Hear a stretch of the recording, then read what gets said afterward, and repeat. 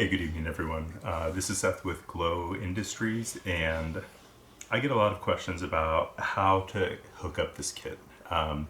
It is a bit more complex than a lot on the market because it is meant to allow expansion and pretty much whatever you want to do with it. So I wanted to take some time to, go over each of the facets from installation, wiring, to the app control, and some of the things that you can do with the app that you wouldn't think. So, as you can see here, I have some of the tools laid out that we're going to need. You're definitely going to need scissors. You're going to need the low temp solder butt connectors. I include these. It's actually important that you use these. They do create a watertight seal. If you have some other way of doing that, okay, but I mean, this is the easiest way I've found that produces reliable results. I have extension wire, a couple pieces of extension wire. This is cut much shorter than yours will be, obviously, and I have a couple of the JST 3-pin connectors. Slippery slope, these I don't really recommend using them, but I do include them for those who really want to use them or need to be able to plug in or unplug the LEDs frequently. I also have the little black screwdriver that comes with your kit and a lighter. This is all you'll really need. So we're assuming here that all of these LEDs are already siliconed in place to the car here. So what we do is we have our Glowe Industries box, and you'll notice that there's colors on it. The black is ground, green is data, and the red is power. So I'm going to go ahead and unscrew all of these terminals.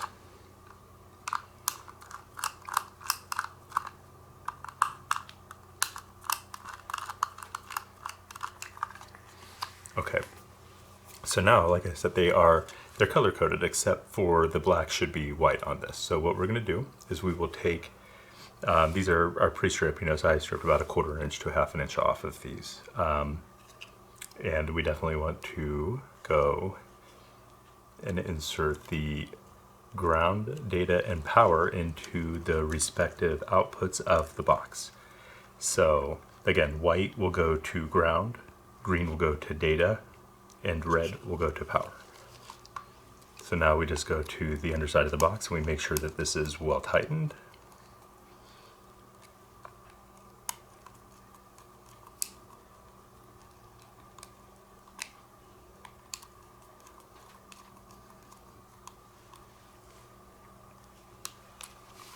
And you'll see, I just give them each a good tug, make sure they're there. Okay, so basically now you'll have your box with your extension wire coming out, likely under your hood or somewhere close to a 12-volt power source.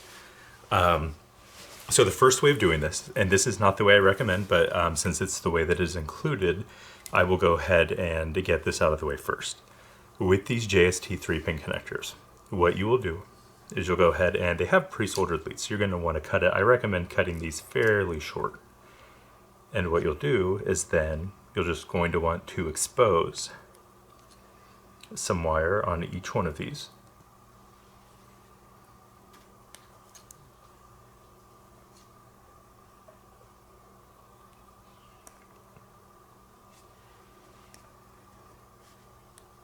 And so what you'll have is something that ends up looking a lot like this.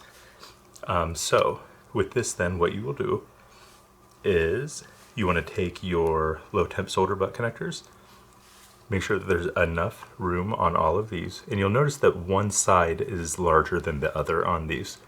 It's kind of important because you want to put the smaller side on first. That way there's enough room to pull these wires through. So we go like this. We get this in there, and pardon if you hear my dog snoring, that's just a thing. My wife insisted on a dog, and it turned out to be a pit bull that snores loudly. Okay, so we have these on the wires, and we're just going to come here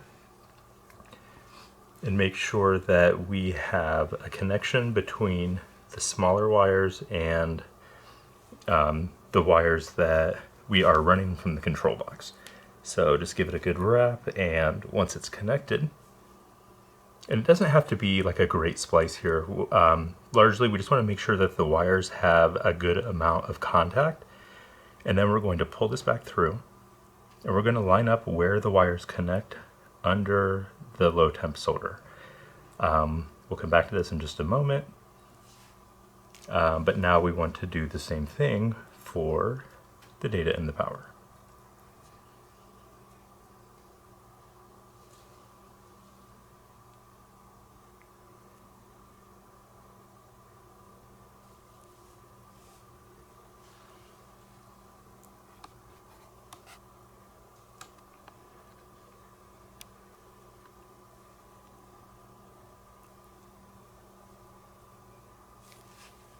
Yeah, last one.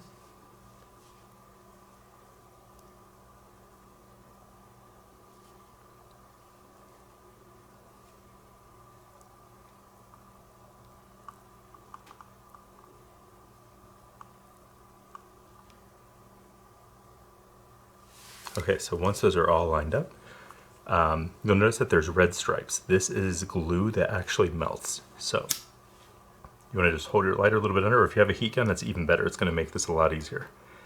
So you just hold it under there for a second, you're going to notice it start to shrink up, and then the red glue will melt, and you'll see it kind of conform to the wire. That's what you're looking for, just to make sure that no water can get in here once they're sealed. So go ahead and do that to both sides. Just make sure it's glued and sealed. And this is what's important for the water sealing, because I mean, this is going to see water. You're going to, if this is under a car, it's, you know, it's the worst possible place for these. So then, once both sides are melted, you go ahead and get it heated up, and you'll notice that the solder will start to melt on these. Once the solder starts to melt, hold it for just like another second, and it should be good. Then move on to the next. And then what you've done is not only do you have a watertight seal, but you've soldered each of these splices inside the watertight seal to the plug. So that is connection method number one. We would go over here and plug that in. That's kind of funny because I just did the wrong one.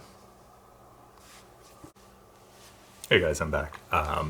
So don't do what I just did. Pay careful attention.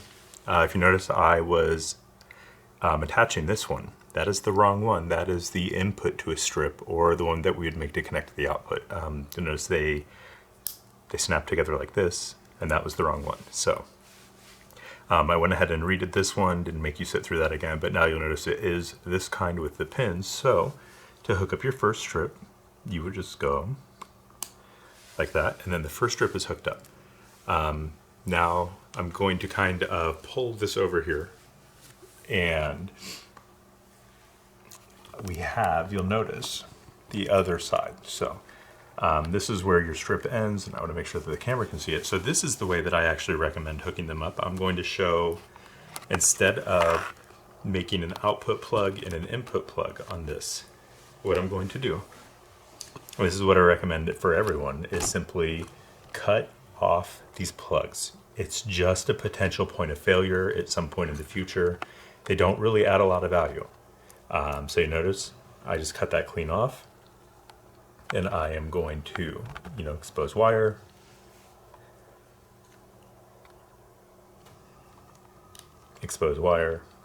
and expose some wire.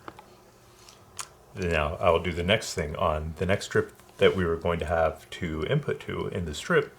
Again, just cut off that plug,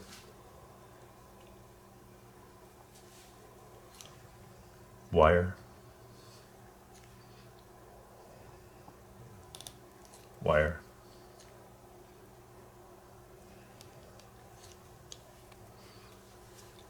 okay, so basically at this point we would take some of the extension wire and we would just link this between the two, and that's why it's color coded. If you notice, the colors match. We would just hook up the white, the green, and the red, and you would run this extension wire, generally if this is going to be the front of your car, back through into your first side strip.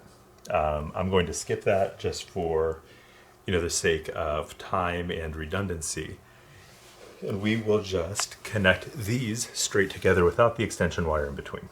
So connecting them together, this would be just like the extension wire. You would take the white piece and a white piece of extension wire and insert them, and basically, in a nutshell, all you're doing is, you're connecting these wires, you're just daisy chaining them all the way through.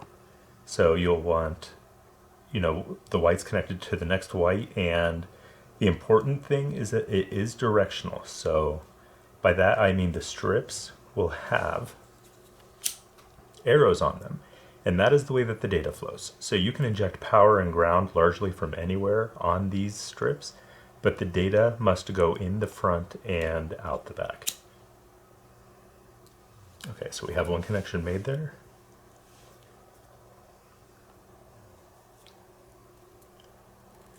Get one on the data. And the reason that I recommend removing those plugs is because you're going to have a hard time waterproofing them.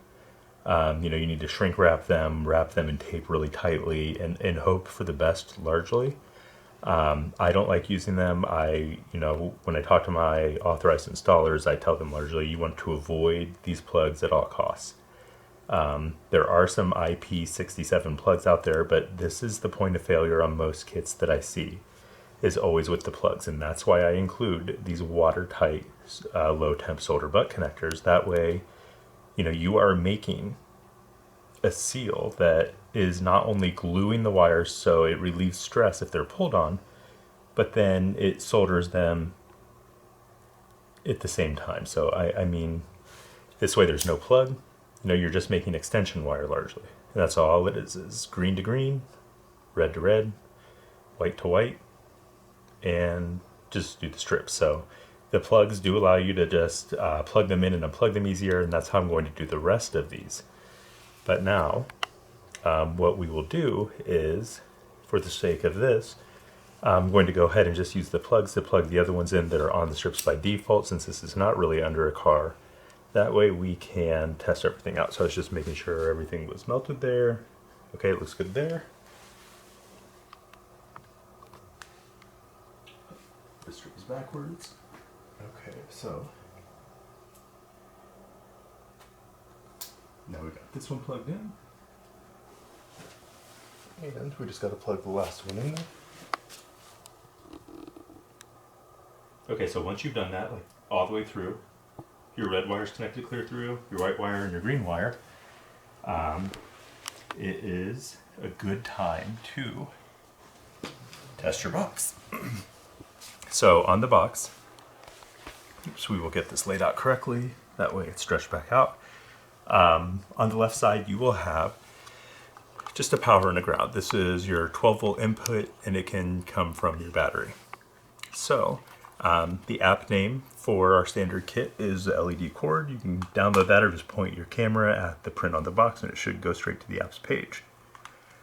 Okay, so now you can see it is on, and it's on sound response mode right now. But you can see all 4 strips work, and that is, 2 different ways. You can either make the plug from the end of your extension wire to plug this in, or you can simply go wire to wire, and this is by far the preferred method.